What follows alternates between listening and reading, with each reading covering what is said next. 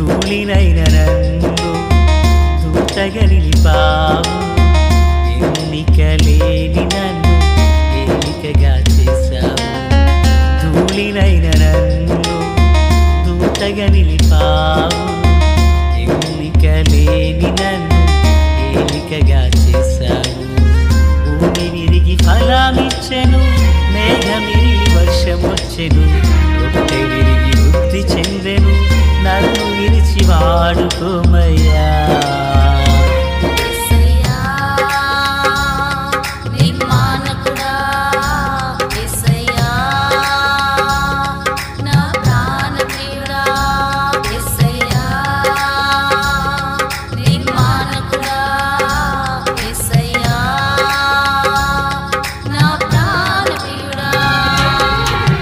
ధూళినైన నన్ను దూతగా నిలిపావు, ఎన్నిక లేని నన్ను ఏలికగా చేశావు.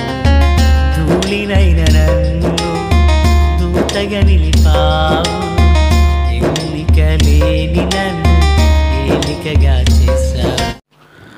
ప్రభువైనటువంటి యేసుక్రీస్తు వారి పరిశుద్ధమైన నామములో తండ్రి అయిన దేవాది దేవునికి నిత్యము స్తుతియు స్తోత్రములు, మహిమయు ఘనతయు ప్రభావములు యుగయుగములు ప్రభువునకెచ్చెలునుగాక. ఆత్మీయులారా, బాగున్నారు కదూ?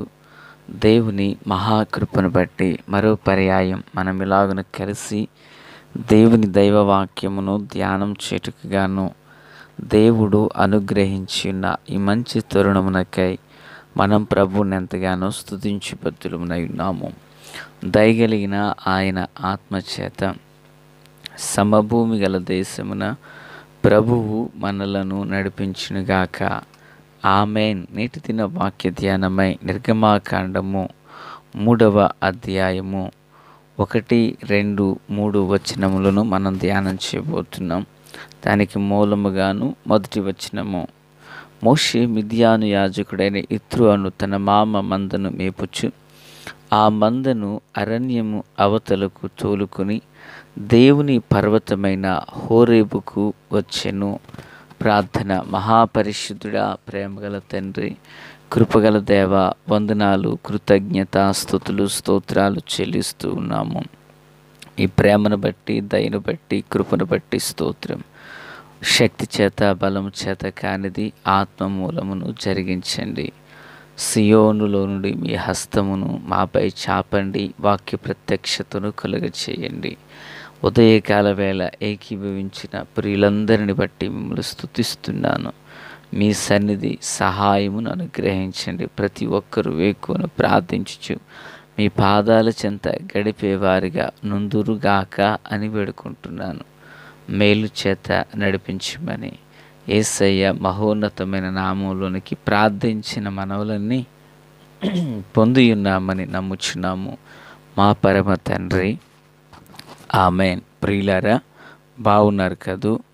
ఈ వాక్య భాగంలో భక్తుడైనటువంటి మోషే మిద్యాను యాజకుడైన యిత్రో అను తన మామ మందను మేపుచు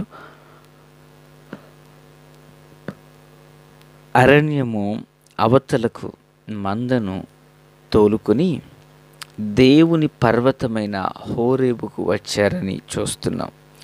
ఎప్పుడైతే అరణ్యము అవతలకు తాను నడిపించబడ్డారో ఆ పొద నడిమిని అగ్నిజ్వాలలలో దేవుని దూత అతనికి ప్రత్యక్షమయ్యారు. ప్రియులారా, ఆ దేవుని దూతను చూచినప్పుడు పొద మండుచుంది కానీ అది కాలిపోకుండా ఉన్నది. ఇప్పుడు మోషే అనుకుంటున్నాడు, ఆ పొద ఎందుకు కాలిపోవడం లేదో ఆ గొప్ప వింతను చూస్తానని అటువైపుగా తాను వెళ్ళడం జరిగింది. ప్రియులారా, మోషే అప్పటికి దగ్గరగా 80 సంవత్సరముల ప్రాయం కలిగినటువంటి వాడు. సేవకుడైన మోషే 80 సంవత్సరాలు, 40 ఏండ్ల కాలం అరణ్యంలో, క్షమించండి, మొదటి 40 ఏండ్ల కాలం రాజభవనంలో జీవించాడు. రెండవ భాగమైన ఈ 40 ఏండ్ల కాలంలో అరణ్యంలో గొర్రెల మందను మేపుచూ ఉన్నాడు. నిజానికి మోషే పక్షాన దేవునికి ఒక ఉన్నతమైన ప్రణాళిక ఉన్నది. ఆ ప్రణాళిక ఏంటో 40 ఏళ్లకే మోషే గ్రహించాడు. ప్రియులారా, తన జనులకు దేవుడు తన ద్వారా విడుదల కలుగజేయననుకునేటువంటి సంగతి అతడు గుర్తెరిగాడు. అయితే తన జనులకు దేవుడు విమోచన కలుగజేయాలనుకుని తలంచడం గొప్ప విషయమే. అయితే తానేమనుకున్నాడంటే, తన ఉద్దేశాలలోనూ తన యొక్క తలంపులను బట్టి నేను దీన్ని చేయగలను అంటూ ఆరంభించాడు. అయితే ఆ కార్యం అనేది వికటించింది. విడిపించడానికి బదులుగా ఈయన ఇరుక్కుపోయాడు. మనందరికీ తెలిసిన విషయమే కదా. అయితే ఇప్పుడు మిద్యాను ప్రాంతానికి పరిగెత్తుకుని వెళ్ళిపోయాడు. ఎందుకంటే ఈ హత్య ఫరోకు తెలిస్తే తను అరెస్ట్ చేస్తారని పారిపోయి వెళ్ళిపోయాడు. పారిపోయి వెళ్ళిపోయినటువంటి వాడు ఇతరు సమక్షంలో చేరి ఆయన యొద్ద 40 ఏండ్ల కాలం మోషే జీవించడం జరిగింది. పిల్లరా, ఈ 40 ఏండ్ల కాలంలో మోషే ఎండకు ఎండి వర్షానికి తడిచి ఎంతగానో నలిగి ఉన్నారు. ఒక మందను కాయడానికి ఏ విధమైనటువంటి స్వభావం అవసరమో మనుషుడు సిద్ధపడాలో ఆ విధానం చొప్పున ఈ యొక్క మోషే 40 ఏండ్ల కాలంలో రూపం దాల్చాడు. అయితే ఇక్కడ మనం చదివిన వాక్య భాగంలో అరణ్యము అవతలకి మామ మందను తోలికెళ్ళాడని చూస్తున్నాం. అంటే ఈ 40 ఏండ్ల కాలం అరణ్యానికి అవతలకు వెళ్ళలేదా? అంతకు మునుపు ఎన్నడూ అవతలకి వెళ్ళలేదా? మొత్తానికి ఇక్కడ రాయబడిన మాట ఏంటంటే, అతడు అరణ్యమునకు అవతలకు వెళ్ళాడు. ఎప్పుడైతే అవతలకి వెళ్ళాడో ఒక దర్శనం చూడగలిగాడు. తన పట్ల దేవునికి ఒక ప్రణాళిక ఉన్నది అని, లక్షలాది మంది ఆత్మల రక్షణ తనపై ఉన్నదని, బానిసత్వ బ్రతుకులో ఉన్న ప్రజలకు విమోచన విడుదల కలగబోతుంది అని ఎప్పుడు గుర్తెరిగాడు? ప్రియులారా, అరణ్యము అవతలకు మందను తీసుకుని పోయినప్పుడు.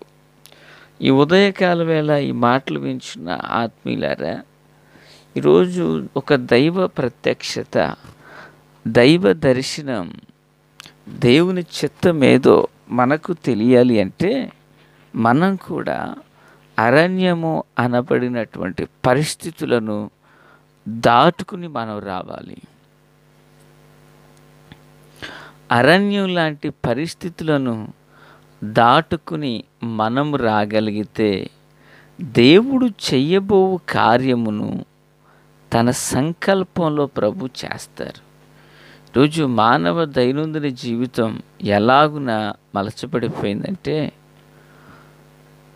అరణ్యము అవతలికి వెళ్ళవలసిన వ్యక్తి అరణ్యము యువతలనే ఉండి ప్రభు కార్యాలు తన జీవితంలో జరగాలని ఆశపడుతూ ఉన్నాడు. ప్రియులరా, దేవుని ప్రియమైన పిల్లలుగా మన ఆధ్యాత్మిక జీవితం అనేది దేవునికి మనకు మధ్య ఒక అరణ్యం లాంటి పరిస్థితులు ఉండిపోతున్నాయి. అరణ్యం లాంటి ఆచారాలు ఉండిపోతున్నాయి. అరణ్యం లాంటి మనుష్య స్వభావం అనేది పనిచేస్తుంది. అరణ్యం లాంటి ప్రియులారా మనుష్యులు అడ్డుపడుతున్నారు. ఉద్యోగమో, వ్యాపారమో, విడిచిపెట్టలేని స్వభావమో ఏదైనా ఒకటి అరణ్యం వలె దేవునిలో సంపూర్ణం కాకుండా అడ్డుపడుతుంది. ప్రియులారా, ఎప్పుడైతే మోషే అరణ్యాన్ని దాటాడో 40 ఏళ్లగా మందను మేపుచున్నాడు. అరణ్యాన్ని ఎప్పుడైతే దాటాడో దైవ ప్రణాళిక ఏంటో అర్థమైంది. మరి నీ జీవితంలో కూడా ప్రభు యొక్క చిత్తం ఏదో తెలియాలి అంటే అరణ్యం లాంటి వాటిని దాటుకుని రమ్మని పరిశుద్ధాత్మ దేవుడు బోధిస్తున్నాడు. మోషేకు దర్శనం ప్రియులారా సీనాయి పర్వతం మీద దొరికింది. సీనాయి పర్వతం మీదకు నిదానించి ఎక్కి వెళ్ళిన వాడు మోషే. ఇప్పుడు ఆ సీనాయి పర్వతం మీద దైవ ప్రత్యక్షతను తాను పొందితే ఆ తదుపరి ప్రియులారా జీవము కలిగినటువంటి దేవుని యొక్క పిల్లలను నడిపించే విషయంలో మిక్కిలి సాత్వికుడై దేవుని దైవ కృపకు అప్పగించుకుని అద్భుతమైన సేవను చేయడం జరిగింది. వింత ఏదో చూద్దామనుకుని వెళ్ళిన మోషే వింతైన కార్యాలు చేసేవానిగా దేవుడు మలచేశాడు. ప్రియులారా అబ్రహాము, ఇస్సాకు, యాకోబుల దేవునిగా పిలువబడిన తండ్రి మోషే దేవునిగా కొనియాడబడ్డాడు. వింత ఏదో చూడాలనుకున్నాడు.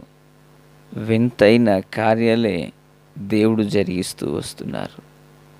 ప్రియులారా మరి ఆయన బిడ్డలుగా మన జీవితంలో కూడా విశ్వసించి అరణ్యం అనబడిన పరిస్థితులను దాటగలిగితే, అరణ్యం లాంటి మనుషులు దాటగలిగితే, నేను ప్రభులోనికి వెళ్ళకుండా ఆటంకపడుచున్నటువంటి అరణ్యం లాంటిది ఏదైనా నిన్ను అడ్డగిస్తే రా, ఉదయకాలంలో ప్రభు సెలవిస్తున్నమాట.